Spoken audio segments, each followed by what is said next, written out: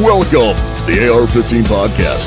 This show is for you if you just bought your first rifle or you've been building them for years. There's something we can all do to take our black rifles to the next level. Howdy, everybody. I'm Joe, and I'm joined by nobody tonight. They're actually on their way. Garth is in the field, and he said he'd make it in. Nick was actually just leaving from a couple blocks from my place, setting up some hockey stuff, and said he was on his way home, so he'll be here momentarily. But I think we're going to have a good show. Garth and I went out and shot the Area 3, USPSA Area 3 match this past weekend, and then Nick and I went to Humboldt, to Hunters Point, to shoot the South Dakota Salutes. That's a free charity event for law enforcement, EMT, and veteran military members. So a lot of shooting in the past few days that we'll get to talk about. As I said, if anyone was paying attention to Discord, I got something special. So this is a 20, I think it was a 24 Old Forester birthday bourbon. One of the doctors in town I throw darts with, and one of our good friends' dad, his birthday, they killed a bottle and saved the last two ounces or so for me. So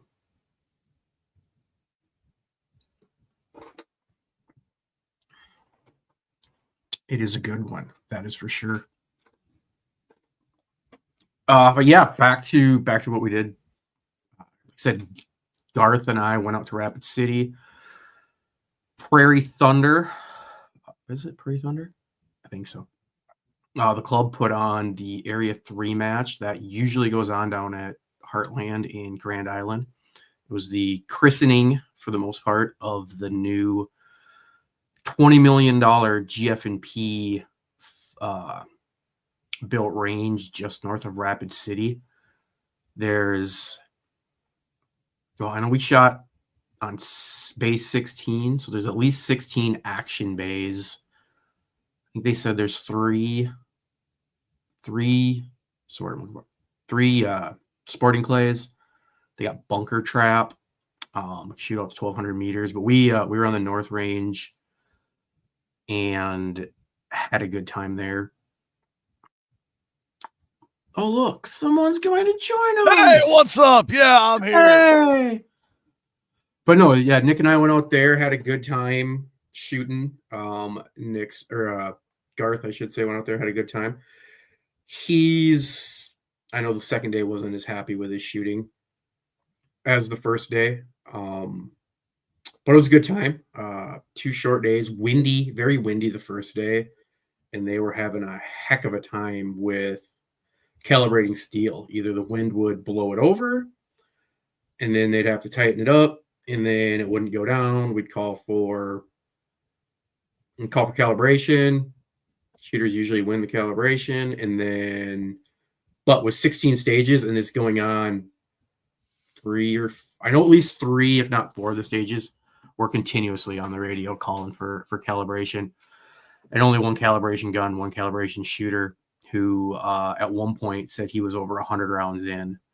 So that slowed us down a little bit, but it was a good time. What did you do for fun this week, Nick? Anything fun with guns? Oh, did you mention our shooting Humboldt? I mentioned we did it. I haven't talked about any of it yet. I was just so did that. Well, we went on Friday. We met Friday just to get zeros because you took your, was that the Do Everything rifle? Yep, my Do Everything rifle. And I threw, after talking to one of our buddies that shot that event a few times, we decided that he had said it was shooting paper targets out to 300 with scoring rings. So we decided to go with our LPVOs. In 223. In 223. So Friday night, before I took off for Rapid City, Nick and I got together, confirmed our zeros, and got some holds at further distances, mainly because I was taking my race gun and it's zeroed at, I think originally I zeroed it at 25. So I just wanted to see where my holds were. Then we went over to the long range and we were hitting this 300 steel. We were hitting the 340 steel. Talk to Garth. He's the one that takes care of send us an email or a Facebook message, and we'll get you in contact with Garth, and he is our merch master. Instagram, wherever you find us on our socials and hit us with a DM, we'll get you that. Also, side use of Patriot Patch Company patches. They make amazing combs or brushes. Since I came in looking like a used up hooker.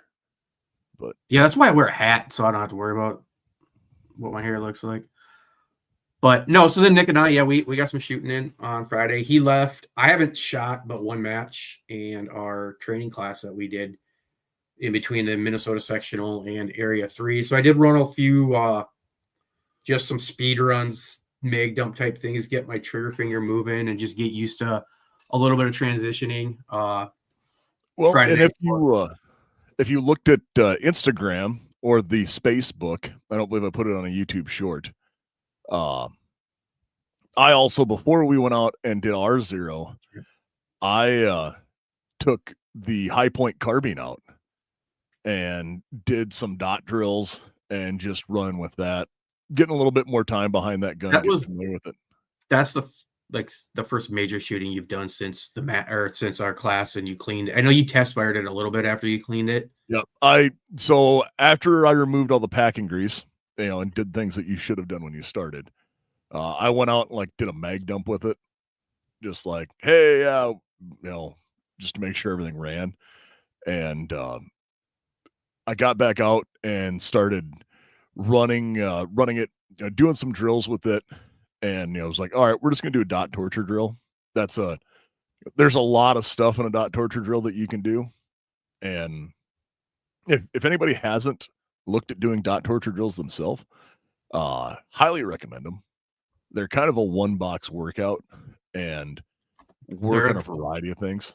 They're a good one. You can print them online, or you can, I have a pack of 50. It's just on a tear off, so you can just tear it off, staple it up, and and most of them tell you right under the dot what you're supposed to do, so you don't even have to think about it.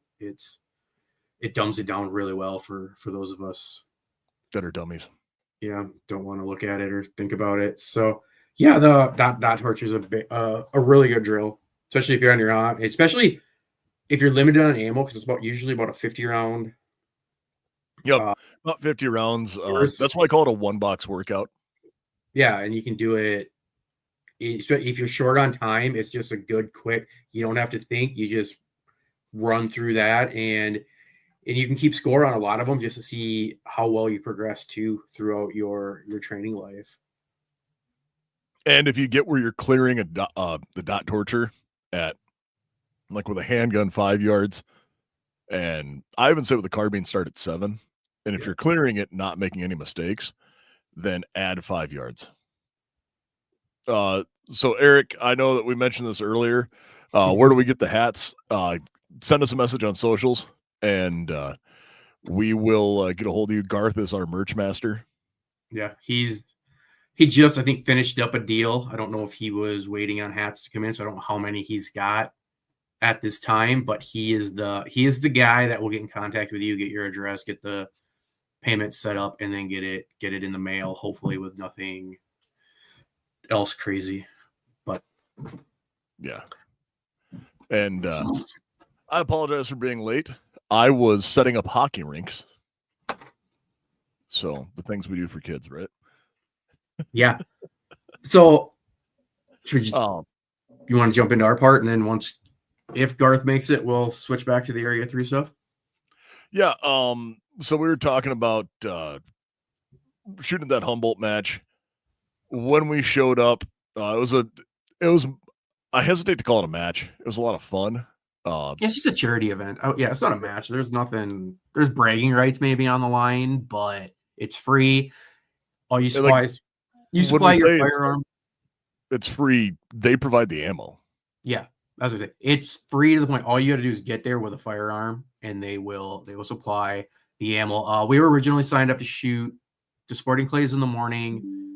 Then we were going to shoot pistol. Then we were going to shoot rifle. But due to weather pushing people and Garth deciding he wanted to go to Area 3, we weren't going to be able to make and Nick having stuff going on Monday morning, we couldn't make the sporting clays. So Nick and I bailed out of here as soon as he was no longer busy, and we shot pistol, which was for what we do normally was kind of not a challenge, nothing too extreme. It was 5 that I should say they had a USPSA target. Of 5 rounds. Yeah, they had a USPSA target at about 5 yards, 5 rounds per iteration. First one being, shooting it freestyle. Second being shoot 3. Was it the second one? Shoot 3. One of them was shoot 3, shoot 2, and then switch hand. Switch. Yeah. So most of the one-handed shooting I've done is either strong hand only or weak hand only. This was support hand supported, and I didn't know what to do with my hands, and Nick didn't either. And we talked to some of the guys that shoot on the state National Guard team and let them know what was going on. And as soon as we said that, they went, "What? Like, what do you do?" So that was interesting. And then it was strong hand only, weak hand only, and I don't remember what the other one was, but yeah, strong hand only, weak hand only, and then it was the last one was 3 to the chest, 2 to the head. Oh yeah, there you go, 3 chest, 2 to the head. Unfortunately, I dropped a couple in the strong or the weak hand supported because it was the first time I've had my CZ out in a long time, and that big, good, hard metal frame gun was a little different compared to what I'm used to when I've been running the SIGs. So I wasn't exactly super happy about my score. I was I think a 118 out of 125. So it could have been worse, a lot worse. But yeah, and I dropped 2. So yep. And then we moved over to the rifle range and found out they were shooting steel gongs at 2, 4, and 600. They gave you 25 rounds, 5 rounds if you wanted to save them to shoot for the competitive portion of it, which we did because why not? But yeah, had we known that, as Nick and I talked about it, had we known it was going to be 600 meters off the bench, we'd have brought our 308s and really cleared some targets out. But all in all, I mean, for what we usually do, it wasn't anything super exciting. We talked about it on the way back, originally quite upset with it. But then as we talked about it, if we'd have done the sporting clays portion, which everybody was doing, like there was a ton of shotguns and shooters doing that, I think we would have had a lot more fun. So yeah, it's a great event. And even the 2 that we did, like the rifle stuff, like they had bags there, so we could get into the cuddle bag, and like I cuddled up on my rifle, and I took my do everything gun. So that is a 1 to 10 power LPVO on a 16-inch barrel, and went through. And as we got through that one, I scored perfect on. Like they had, it was 1, 2, and 3 points respectively, and you had 5 rounds. So I got a score of 15. So, and it's a unique event because it's just bench shooting, and you're shooting. There was no set. You could have shot all of them at the 200 for 5 points. You could have shot them all, or you could have changed it up. But there was guys there with bolt guns, and I don't know if they. One dude who had the Hubble telescope on top of his AR. Yeah, I don't know if they. I never did hear if they changed the rules or the scoring. If they separated the winners by what caliber they were shooting or not, but I mean, it was interesting. It is more designed though for the clay part of it, which Nick and I were there we drove 6 hours ish round trip for a half hour's worth of shooting. But had we done the sporting clays, it would definitely have been a good day. Indeed. So, we'll go back, but with, I guess, a little different outlook on what we're getting into. So, hey, yeah, Garth, we got like 5 people. I know. That apparently noticed my hat this week compared to I wear it every week. So that's good because I just had a batch made because we have an order going out, and I kind of figured there might be more, so I had a few more made. So if you want a hat, let us know in an email or on Facebook or Instagram, and I will do my damn. Here, let's save the part of the original email. What are you charging for? I'm doing $25 a hat. So just to throw that out there, Plus right? Shipping? Nope, that's why I'm doing $25 a hat, because I'm gonna that's included in the shipping portion of it. So yeah, there you go. If you're interested, hit us up, get us your email, $25. Garth will get you the Venmo, I believe you're using, right? Yeah, there's a Venmo for the company I'm going through, so okay, take care of that way. Awesome. So there you go. He will also accept tasteful nudes. Yeah, at this point, I'll take anything because I was having a great day until 6:40 tonight. So now I'm pissed, but I'm here. So yeah, it took you till 6:40 to get pissed. Yeah, I was having a great day, man. Wait. Oh, the one you're awake for, because not the one I was awake for. Oh no, the first one, I missed that one. That's why there's 2 of them. Sorry, that was too easy. No, that's fine. So that was Nick and I's adventure on Monday. But back to now that Garth's here, we can kind of go over that portion of the Area 3. Yeah. Of Area 3, which was a fun match. Oh yeah, it was a great match. It was not for. I think my biggest fear going into it, like when we said, "Hey, we're going to go do this because it's local to us this year." I mean, we got to shoot a major match where we only had to be one overnight, and we were home by like 5 o'clock, and we would have been home by like 4 if we hadn't gone shopping in Rapid City. But essentials. Yeah, I was expecting, I guess, a lot more difficult stages and presentations. They did not do that. They had nothing that you couldn't build at a local match.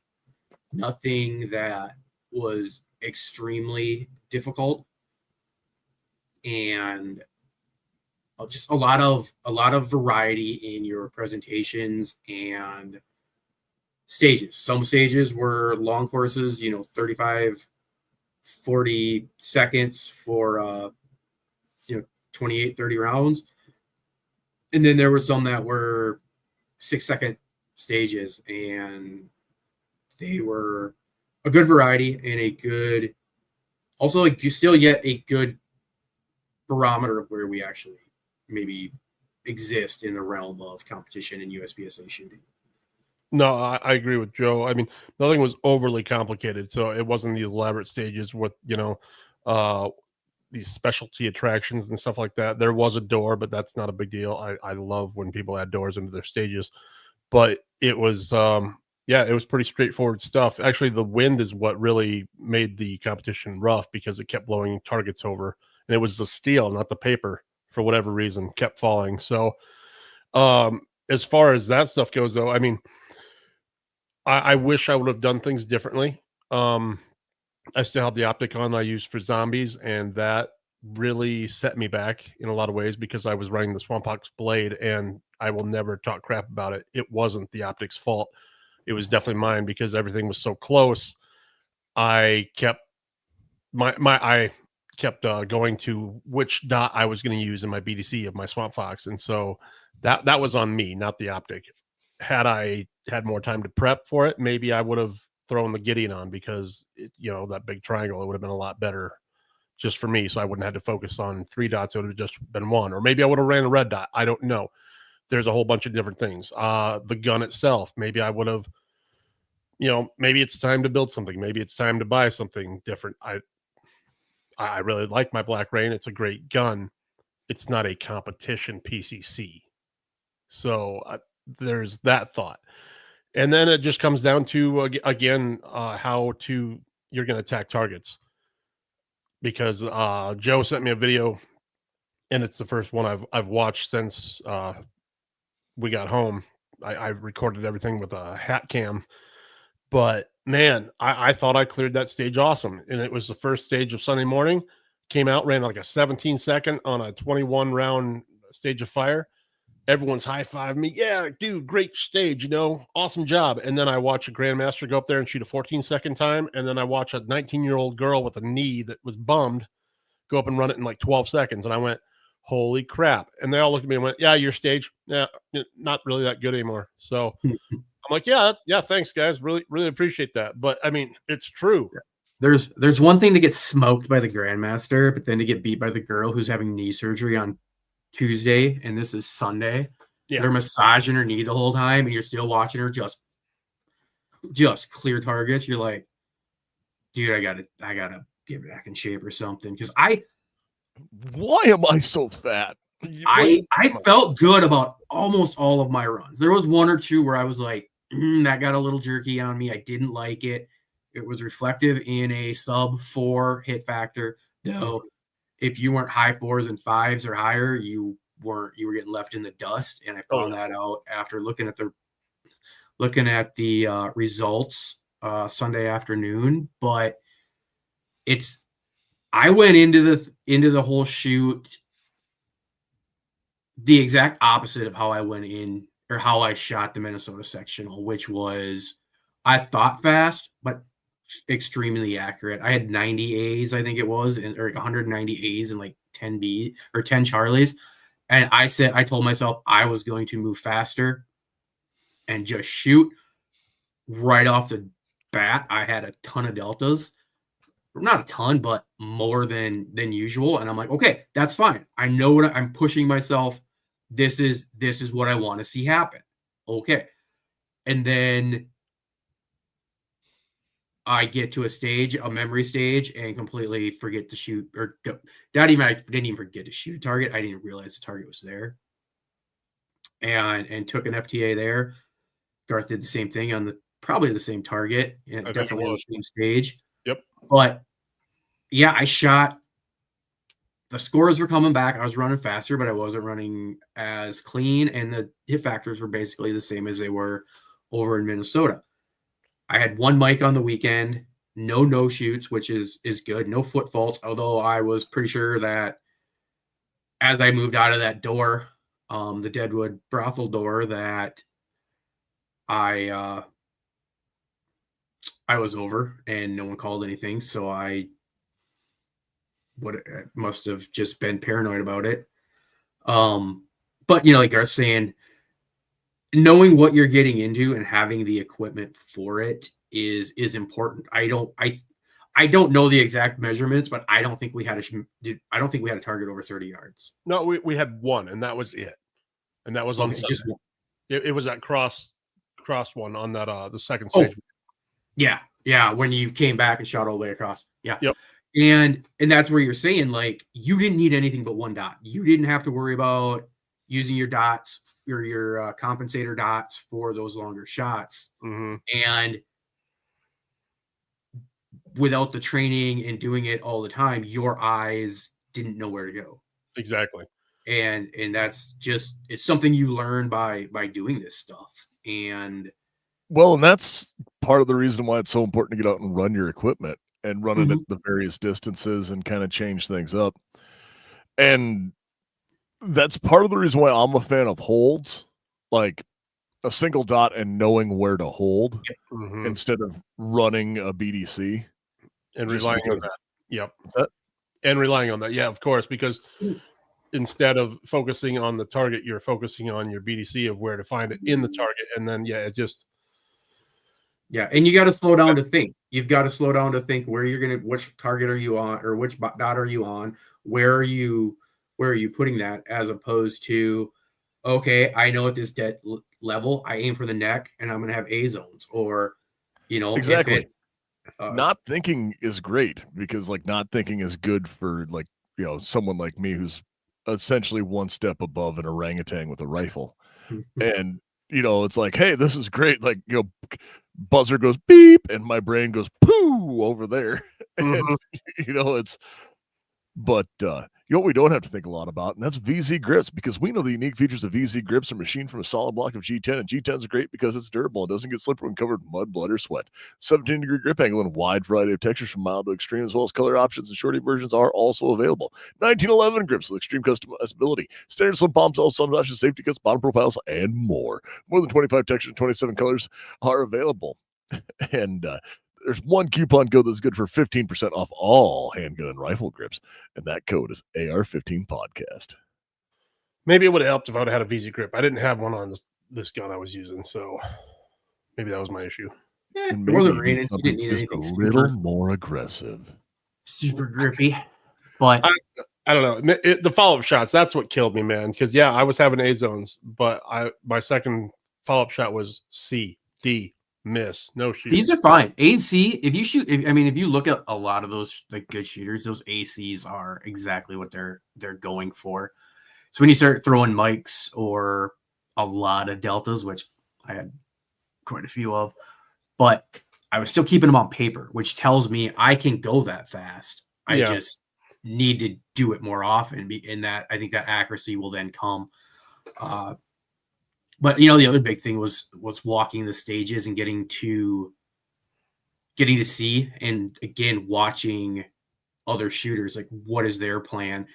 Unfortunately for Garth, being a weirdo and, you know, cross-brained, he's got to look at things different than everybody else because his lean is not the same as that's not because he's left-handed. Garth just likes to be difficult. I like to be difficult. And actually, I had to ask guys a few times on our stage, hey, I'm left-handed. Should I do it this way? And they look at me and go, that makes no sense at all. I'm like, no, in my brain it does because I'm left-handed. Yep, so. And it's interesting. You know, the one guy I was trying to base my stages off of in Minnesota was left-handed. So there's a few of them that you could run good, but other ones, especially backing into targets or, you know, having to take leans, became a whole different ball game for us. And we did have one target, so there wasn't, like I said, there wasn't a lot of gimmicky stuff. There was one stage where it was single target, 1 round per target, which I started shooting doubles, and then the stomp box didn't work, so I got to reshoot that one and save my stage and some part of my match. There was one where it was 3 rounds per target, and one where you had to shoot, as they put it, weak hand. No, they just said weak hand. So there was a lot of talk on how people were going to shoot this one on that, because Nick and I talked to somebody in, who was it we were talking to down at Zombies, Nick, about that? Or was that where they were talking about shouldering the gun normal, like you, instead of having it on your right shoulder, you still have your right hand, left shoulder mount, and look over. I've only ever practiced shooting it. That was at Zombies. Who was it? The first one where you got all the foot faults because we had to shoot through that window. And it was, we were talking to Whitty. Oh yeah, Adam. So and, when you go through, he was like, no, so he shoulders it with the wrong side, but instead of using the wrong eye, he just rolls his head all the way across. And it no worky for me because my body no twisting. I haven't practiced it either, so maybe that's the thing. But and then they were talking. They're like, if you listen to the stage brief, all it says is firing wrong-handed. So they're like, you can do everything normal, just switch your arms or your what's holding it. And I'm like, I haven't practiced that. I don't feel comfortable with it. I practice just shooting it like I'm Garth, with my left hand pulling the trigger, looking down the sight with my left eye. The only thing that I can't do that way is shoot both eyes open, because that dominant eye is stronger. Yeah, and throws it off. But if I close my right eye and look with my left eye there, them hits are still the same as if I was shooting right shoulder and, shooting normal.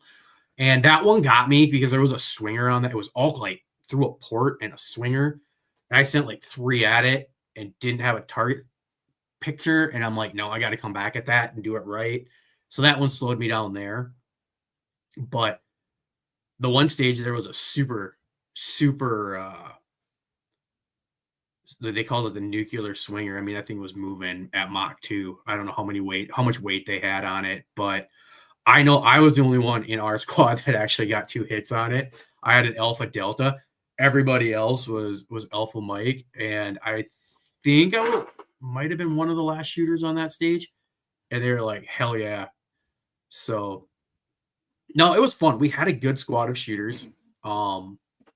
It was nice having a grandmaster in the squad. He ended up 5th overall because he had a meltdown on stage 3 and had 4 mics. And then he's like, in order to salvage this, I'm just going. He's like, I'm going NASCAR. I'm going to just go, Chastain and ride the wall. It's hero or zero at this point. And I think he had a few really good stages after that kind of got him up because he had gone back to the last few he was shooting normal again. But it was a lot of fun watching how he was approaching targets and just listening. He was very helpful with some of the really new shooters in our squad and just listening to the advice he was giving them on even how to shoot that swinger. He's like, I'm going to be on it. I'm going to be sitting there as soon as I see brown, I'm going to pull the trigger and paint whichever way it's going and try to get 2 or 3 or, get 1 or 2 more rounds off. And on another stage, he was talking, he's like, given the option, he prefers targets squared up with him, like shoulder to shoulder, like you're dancing with it. Because one of his good buddies was asking him, he's like, hey, I want to shoot this left to right. He's like, yeah, but then you're taking that target at an angle. He's like, if we take it right to left, we come out of the port, we're driving into it. We're going right into that target. So you take it and then you shake the steel and move on. So just listening to his reasons behind what his game plans were, I found to be very insightful and things that I need to take more consideration into at the next majors. Yeah, I don't know. I mean, obviously, no one knows the stages until like a week out because you get the match book and everything. And I don't know how much preparation those guys put into actually studying the match book or not. But again, I think it just comes down to going to more matches and shooting because these guys, obviously, if you're a grandmaster, you're going to a lot of matches to earn that title. So they are doing that match. Well, part of that match again this coming weekend out there in the hills. And bidding if it rains or not around here. I'd really like to sneak out there on Saturday and do if the shutdown has us kicked out of going to drill this weekend, I'm going out there Saturday. So it does not. We're not going to shut down. I just got an email about that I was reading. Did you? Yeah. But it's like in between this because my cell phone still worked, but apparently my home internet went down. I watched what posted in the chat real quick. Where will goals be next time? It will be in Des Moines, Iowa. This next summer. Crappy time of year to do it, but whatever. That's an amazing time of year to do it. Like it actually works really good for me. I know for you, yeah. For you, it's great. For me, I'm like, well, I guess I'm not going, even though it's 9 hours away. Whatever. But you get free tickets. All you got to do, I mean, you'll know if you're gonna be able to get in the field that day or not. Well, that's true, and it's a good thing we have a buddy who flies a plane because I will bribe the hell out of him to fly me there if I can make it. So that was. I mean, looking back on the year, so that was the last major that I'm signed up for this year. Probably the last match I'll get a chance to shoot, but. Back to the beginning of the year when we bought that Diamondback for $600 and threw a whole bunch of JP parts on it. Mm-hmm. it ran flawlessly. I didn't have any issues. I can definitely say that was not the reason I was not placing higher in matches. I got put the Huey on it after. Was it after Zombies or was it? I don't remember if it was after the South Dakota or the Great Plains sectional in Canton or after Zombies when I realized I couldn't shoot both eyes open. But going to the holographic, like it was doable. Now I'm watching these guys running their JP-MP5s or JP5s, and wow, them things are smooth and quiet. And if I was at some point going to push myself to, chase that grandmaster or want to shoot super competitively and make, like national type things, I would probably go that route. If I'm going to just do like I did this year in the future, just shoot locals and the local majors, I don't see where I need anything different. But it was a lot of fun. I'm going to be itching for matches, I know, by the time spring comes around, because I loaded my plate this year and had a good time with it. I know Nick and I have talked, and Garth, we had the same conversations, maybe go into one of those matches and running it with a pistol just to see the difference. Now I know Garth and I, especially, we know that our competitiveness level is not going to be anywhere close shooting carry optics or production or something like that as it is to shooting that rifle, shooting the PCC. But I think it sounds like it's a lot of fun watching them guys whole completely different game plans on some of the stages, depending on what you're running for a division. You're watching, those guys running. I don't think we had an open shooter in our class. No, we had some production. We had not limited. We had limited. Yeah, and mostly carry optics. Yeah. But watching them guys that have to make those mag changes and stuff, especially if they're shooting production with a 15 round cap, like why would you do that? Because they can make that reload on the move there instead of being stuck at a target and having to reload from a standing position. So it's a lot different. I know.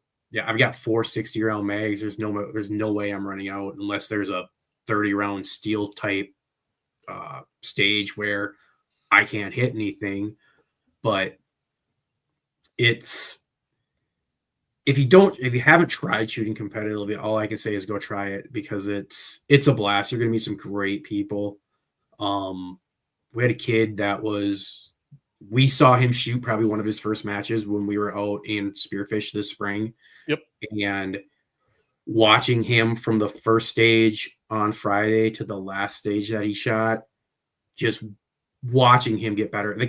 That last stage he shot, his cadence was, you would have thought it was one of the AB master type shooters on our squad, because it was about perfect. And he got screwed over, I think. Just they ended up DQing him because of a technicality, because he holstered his gun and his finger was near the trigger guard, or near the trigger. It was slightly. It wasn't buried, but it was slightly in the trigger well, which is technically illegal. The ROs were very hesitant to do it. They weren't 100% sure, so they did talk to the match director, who talked to him, and he was back the next day, still locked in with his dad. But it was the difference from what he shot in April when we were out there versus even how he was.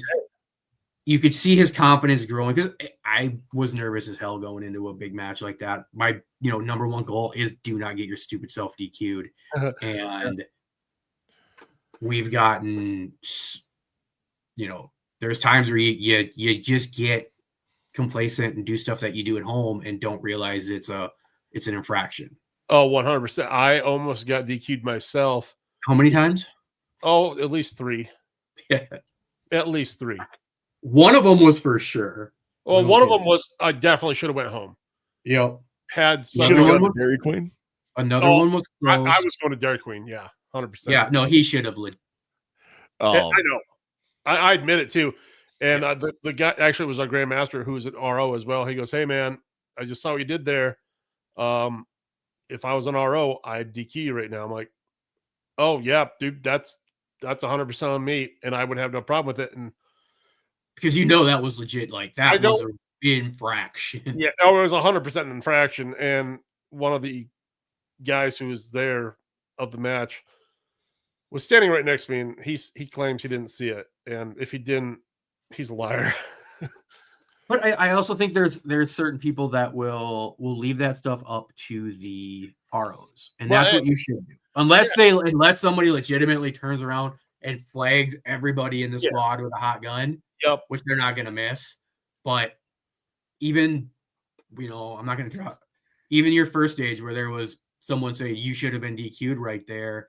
That's up to the RO, and the RO talked to you as soon as you went clear and said, "Hey, that was close. Here's what I saw.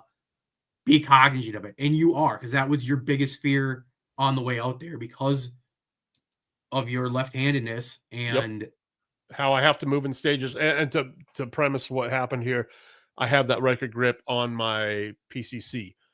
And when I went to turn and run to the right, the RO saw black. He thought it was my muzzle. It actually was my record grip instead. They let me run the stage. They finished it. We had a discussion, and I pointed out that it was the grip, and I said it could have, maybe I did break the 180 because that's always been a fear of mine when I run right, that I need to be more cognizant of putting my firearm completely down range.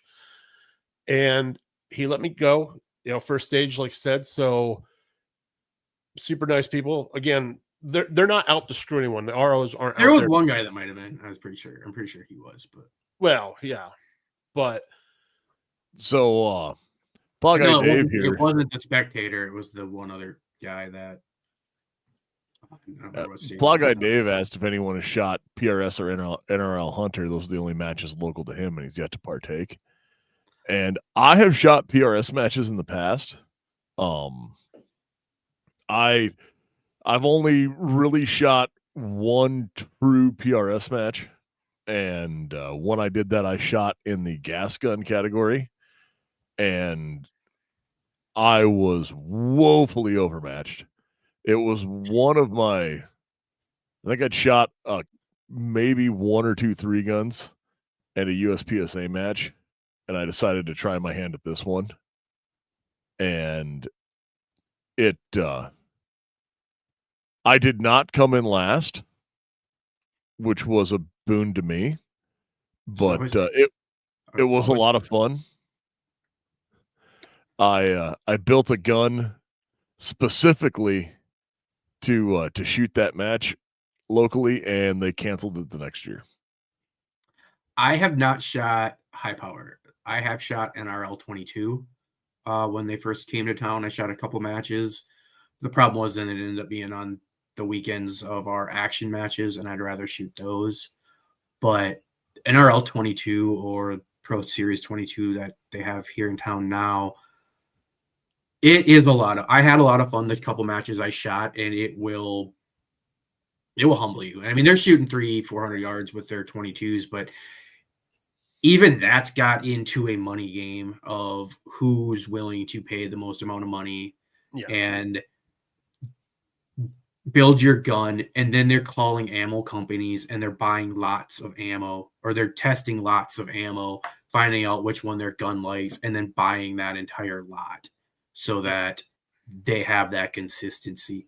More power to them. It's what they are in, but that's more than I want to get into right now. I'd rather just fling lead and pray.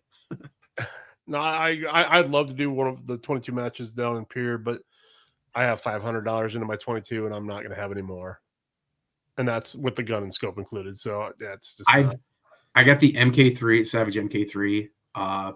It's got the pistol grip hole in the stock. I've got I've got the Vortex Crossfire on it, I want to say. You and I have pretty much the same set. I have the Ruger American with the thumb hole in it. I would rather have had the American or the Ruger American when I did it, or the Ruger Precision 22. Yep. Because I was watching two of them. So this was a out of the box demo gun on Gunbroker, and I put a $300 bid on it as the only bidder, expecting to get sniped at the end, and I won it. And I was son of a bitch, I won. And I would rather have, I was hoping I would get outbid so I could get the Ruger Precision, because them things are pretty awesome. But yeah, the amount of money those guys are spending on those Voodoo Action 1022s and dressing them up is crazy. Better 300 than 3,000, because I watched a guy do that one night with a shotgun. He showed me his phone at the bar and he goes, "I'm winning a shotgun." And the next day he went, "I won the shotgun." So no, I knew it. I was willing to throw that guy. Yeah, I was willing to throw the $300 at it. I just didn't realize until I started shooting it, because again, there's a lot of positional stuff where you are shooting left-handed and stuff like that. That trying to put my hand in the wrong side of that thumb doesn't work nearly as much as a normal pistol grip because of how that stock is carved out. And yeah, I would like to shoot a PRS match or an NRL match just to see how I do, just for fun. I mean, I would make sure I'm not going to go out there cold. I'm going to spend a few weekends getting some. I will take the opportunity to tell my tale of my first PRS match, because it is hilarious to me. So I shot my first PRS match. It's called the Bad River Boom. And it would have been in 2013, so 12 years ago. And Joe, you and I had gone to White Cell, the Fort Deuce at Ripley, and I was running machine gun ranges all weekend. And our brother Reed Ludwig was there, and somebody came up and they were arguing with me that the targets were not working and were effective. So I looked at him and I grabbed his M4 that had an ACOG on it, and I said, "Is this dialed in?" And he goes, "Yeah, it's on."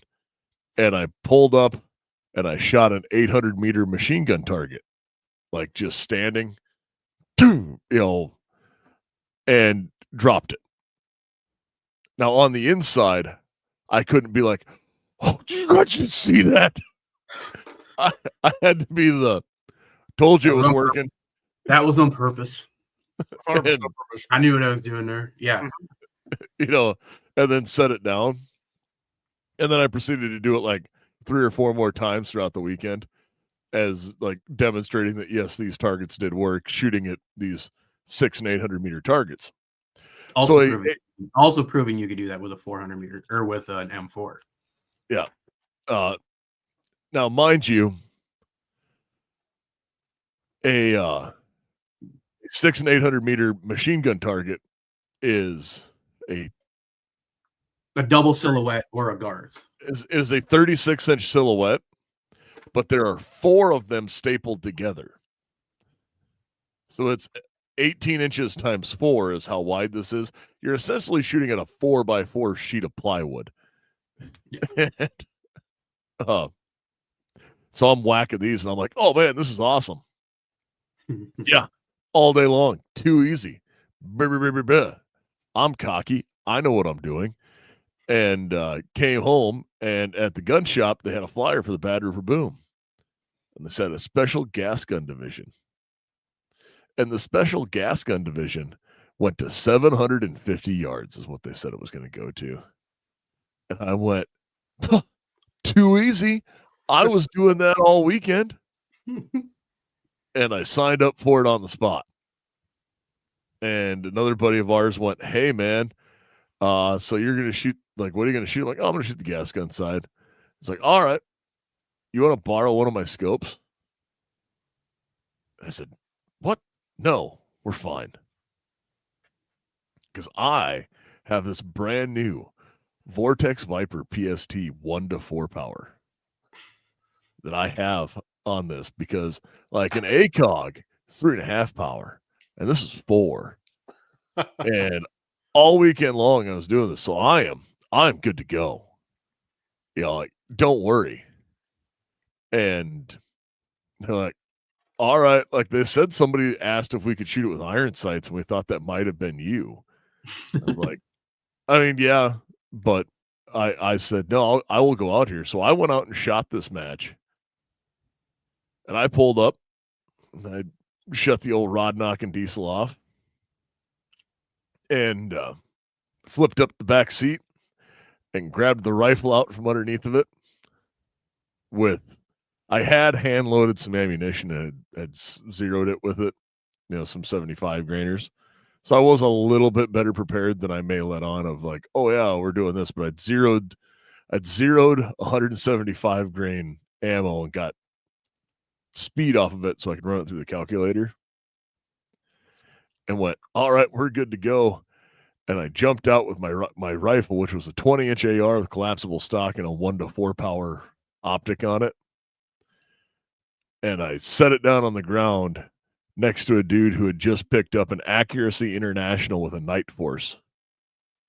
And like there was an actual SR-25 and all this stuff. And they're like, what? I'm like, yeah. So we're going to do this. And I had stage best out of everybody on one stage because at 50 yards, they had golf balls hanging on strings. And they all had too much magnification for it. But it worked out great for me. Great, yeah. And like, oh, that was awesome. I love that stage.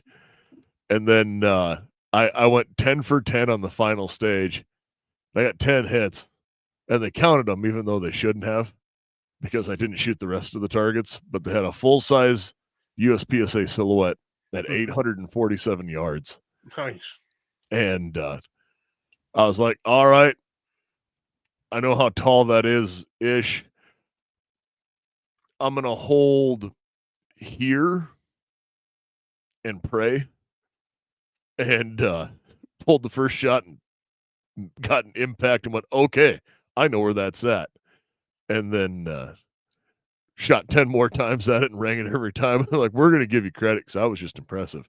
I can't believe you're shooting that for the four power. And I was like, yeah, that's what we do.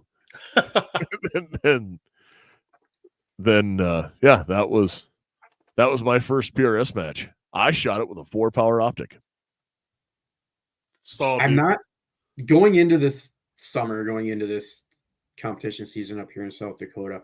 I would have said PRS long range rifle was the GOAT in the state.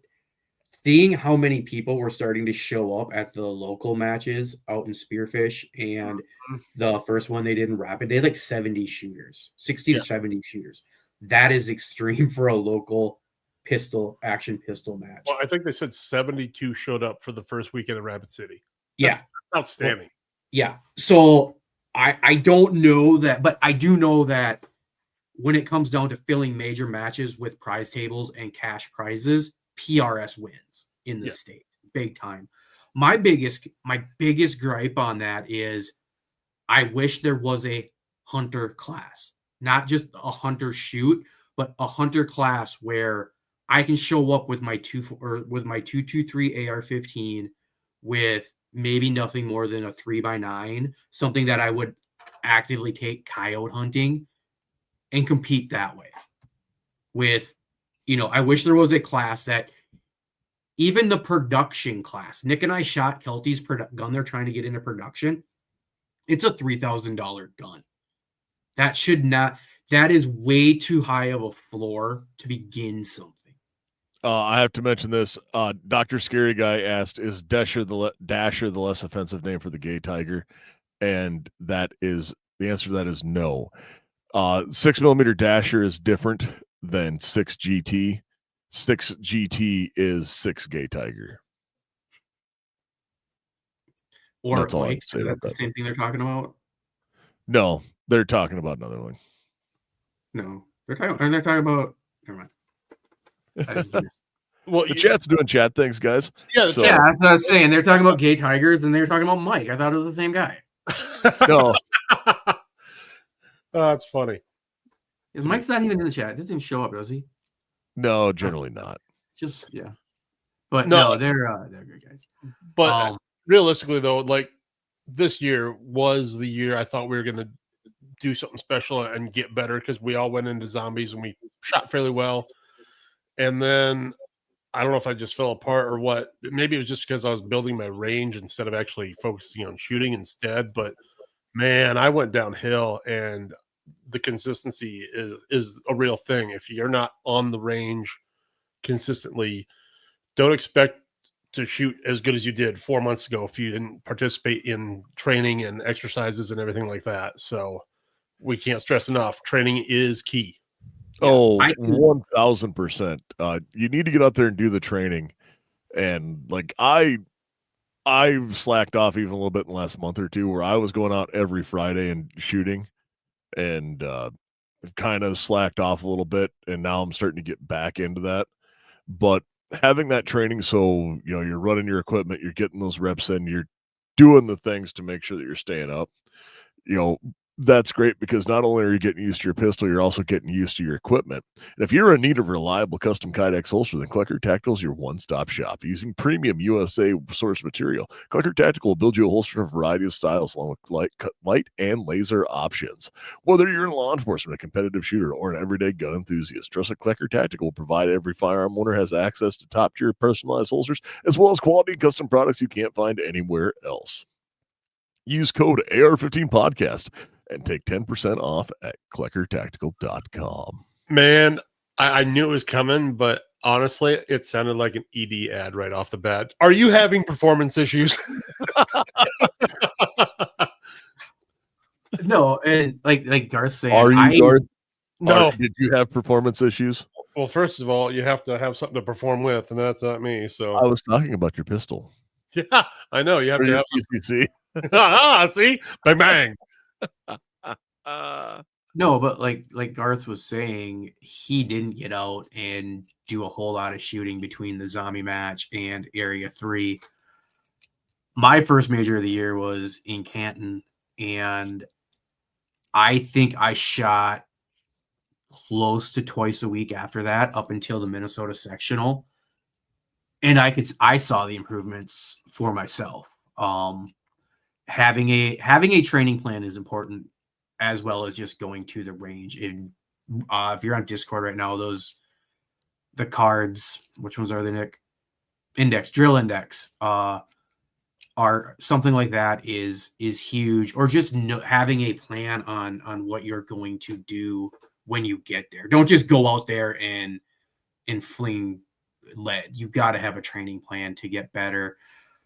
I didn't see a big fall off in my shooting from the Minnesota sectional to the US to Area 3, which was about a 6-week gap. I did have one local match in there that I ran really well on, I thought. So the other thing you have to remember is don't overpush yourself either. If you're feeling burned out and not enjoying it, then take a break. Like, the mental game of it is just as important as the physical and the practice. So I wish I had an indoor range or something to shoot at this winter, because I would love to see it another year.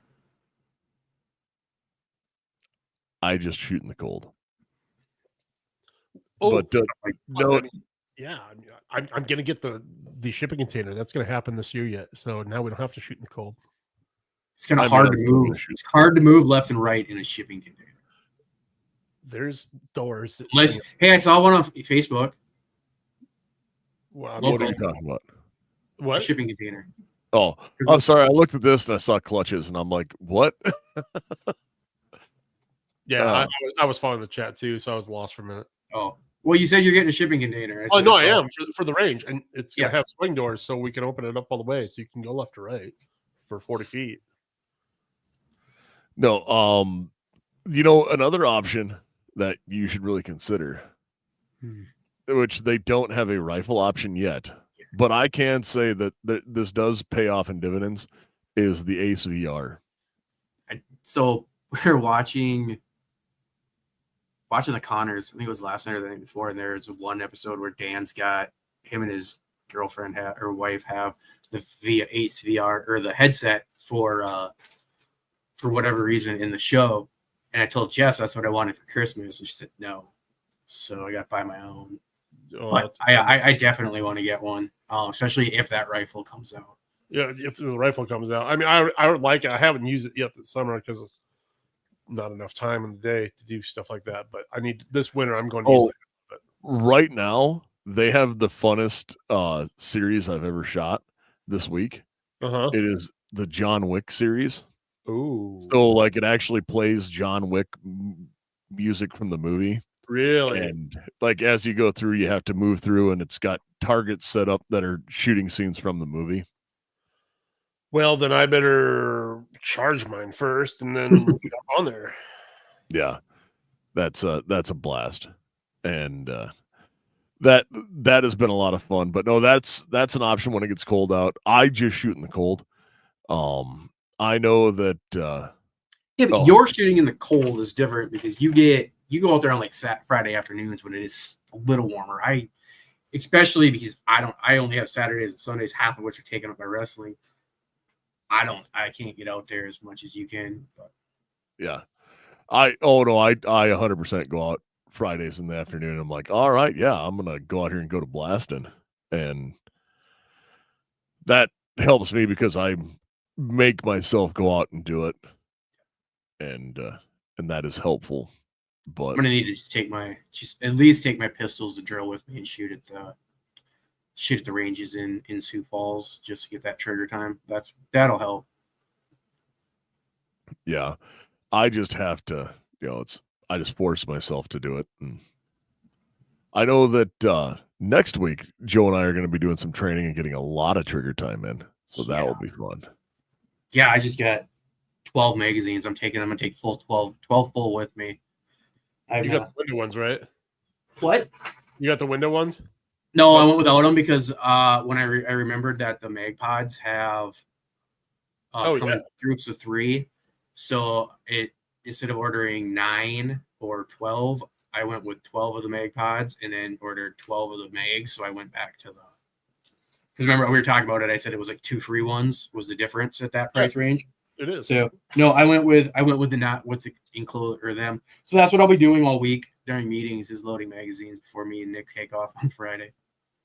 My problem is for my handgun I'm taking to that, I'm only going to use 4 magazines. I have 5 for that handgun, but I'm not going to count the 17 rounder. I have 6 for the CZ. I'll load them all up and have them all loaded. Plus, man, if we get stopped, it's gonna be one of those crazy news stories where it's guys with 6 guns and 5,000 rounds of ammunition. It's like, you're doing anything. Well, who's gonna stop you from there to here? I mean, honestly, like. Well, Thedford, Nebraska exists. Oh, you're not. It is also liberal Colorado. Well, I mean, yeah, to a point. Yeah. But yeah, I guess going through Denver, but you never know when you're gonna get that kid that got beat up all the time in high school. That's a jackwagon of an officer either. Well, only 5K. That's the minimum we need for class. Yeah. And that's while traveling through like 3 states. That's not in my basement. Like that's in the car, not in the house.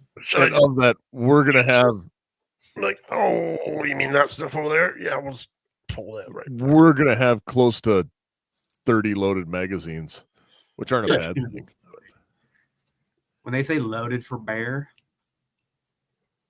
we're not talking about Garth's bar life. What?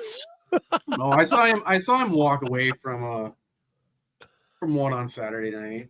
Saturday night. Any other weekend, he would have stuck around that bar with her. She was cute. Yeah. Twice, Joe. You saw it. You were my witness. The fat guy love was real. Well, that is good, and I am proud of you. Hey, We're the only two people sitting at this bar, and she sat right next to me. Right, like I can right there. That is amazing. Almost as amazing as not replacing your tired and worn out targets. Because if you're tired of replacing tired and worn out targets every session, then you should buy TCRT targets. Self-healing's long-lasting solution built for real shooters like you. TCRT targets are self-healing, modular, and tough enough. They are built to take over 400 rounds of 5.56 per square inch. They cut on ricochet, set up fast, last far longer than throwaway targets. Upgrade to TRC targets today. The target that lets you train safer, longer, and more effectively. I've been so excited to get those. They haven't shown up yet, but they're coming. I was just going to ask. I was going to ask if they came in yet. I don't know where I'm going to put them, man. You saw the picture I just sent. Yeah. I'm running out of space. Oh boy, the picture you just sent. Did you put it in the thing? I did. I named it 60 target, whatever. It didn't send through the first time, but now it did. Hopefully, I think. So those who are watching live on the internets can see the new range I've been working all summer on. We were looking for some dry corn today, and while my brother and cousin chased corn around the whole farm, I went out to my range and finished setting up some targets. So there it is on the screen there. I now have 60 steel targets out there. So Looks like a fun park. Oh, it's a fun park.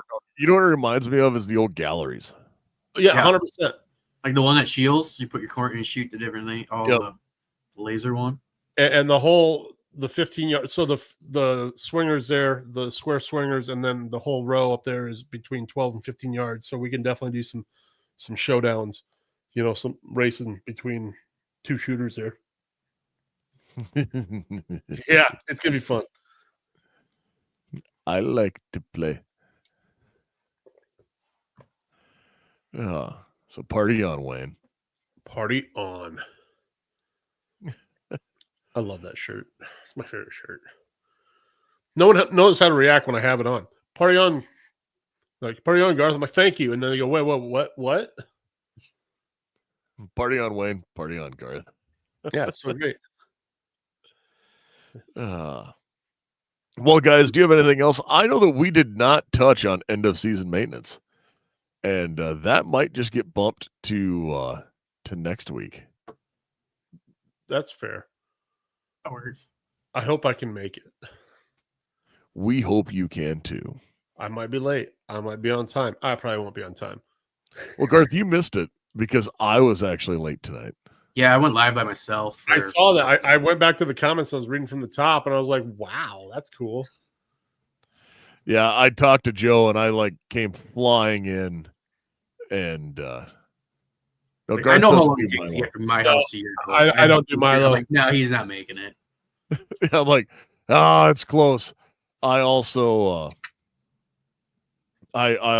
really, really pushed a couple limits, especially for what I was maneuvering.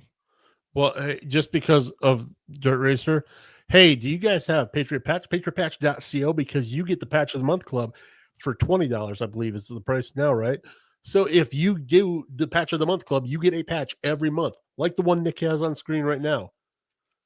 And you get stickers with it. You can buy tin signs or the cleaning mats. I use them for mouse pads. Definitely check out Patriot Patch, PatriotPatch.co.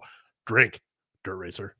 And remember, they also make an excellent comb or brush. Oh, they do. So, you guys have anything else to add tonight before we sign off? Train, man, because this summer proved to me that I thought it was a solid, but I took some time off, and it definitely showed in this last match. And I'm kind of pissed at myself because now we're at the end of the season, and dang it. So there's always next year. I know that's what they say, but if you have time, go train. Shooting is a perishable skill. Yes. Very, very perishable. And you don't need a lot of training to get better. Just consistency. Even if it's 5 minutes a day, yep, half hour a week. it'll add up, and you'll see the differences. But again, like I Dr. said, Scary Guy, yes, you do. He says, I think I need to build a couple 9-hole barriers. So the VTAC walls. Fun fact, you can build 2 VTAC walls out of 1 4x8 sheet of plywood. That is correct. no, I've got, same as always, check us out. Check out the website. Check us out at www.ar15podcast.com. Check us out on Instagram, AR15 Podcast 2.0. Facebook, YouTube, Rumble, everywhere we're at. Check out our sponsors. We got links to them on the website. Give them a like, give them a follow, share their stuff, share anything that you find interesting in the 2A hunting or the hunting communities. Share that stuff so that people get out there and get the visual. I can't even think of what I'm looking for. Just share the stuff. Help us spread the. No, yeah. Dirt Racer, I am waiting on mine. I talked to the company again today. They're sending out a second one since my first one got lost in the mail. And hey, I give you $100 when the other one shows up. if it shows up. But yes, the Atrius, I have one on the way. My first one unfortunately got lost in the mail. And so I will be more to follow on that soon. Before you do your thing, Nick, again, to reiterate, if anyone wants a hat, because we're doing hats, at least hats right now, have shirts, but some of you might not appreciate them. Definitely hit us up on the Gmail or Instagram or Facebook. I'll put a post out there when they get fresh printed tomorrow of what we have in stock.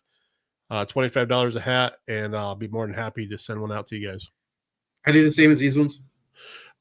Basically like that, but not orange. I have green, like I have on with pink lettering, or I'll have a pink hat back here with green lettering. So, yeah, those are the two I'm going with right now. Okay. Right I on. have a green one, but I don't know where. I know you do. I gave you one somewhere. Pretty sure I do. No. So everyone knows what I'm about to say. Guys, what a time to be alive. With everything going on in the world, what we need to do is go out and get training, get medical training, and make sure that, you are looking into things and paying attention to the world that goes around you. And if you don't have a permit to carry, go get a permit to carry. Unless you live in a free state like us. Well, even if you do, then you can have one for reciprocity, which they might be having nationwide reciprocity if you have a permit, because everything went to shall issue. That sounds like that might go through as long as the Republicans don't screw it up, because they're almost ready. If they don't screw anything up, they will once again snatch defeat from the jaws of victory. And because they are really good at screwing everything up. But guys, I say it all the time, go out, get training, get medical training, expect to self-rescue. Remember that you are your own first responder. And you folks out there, you stay safe and stay armed.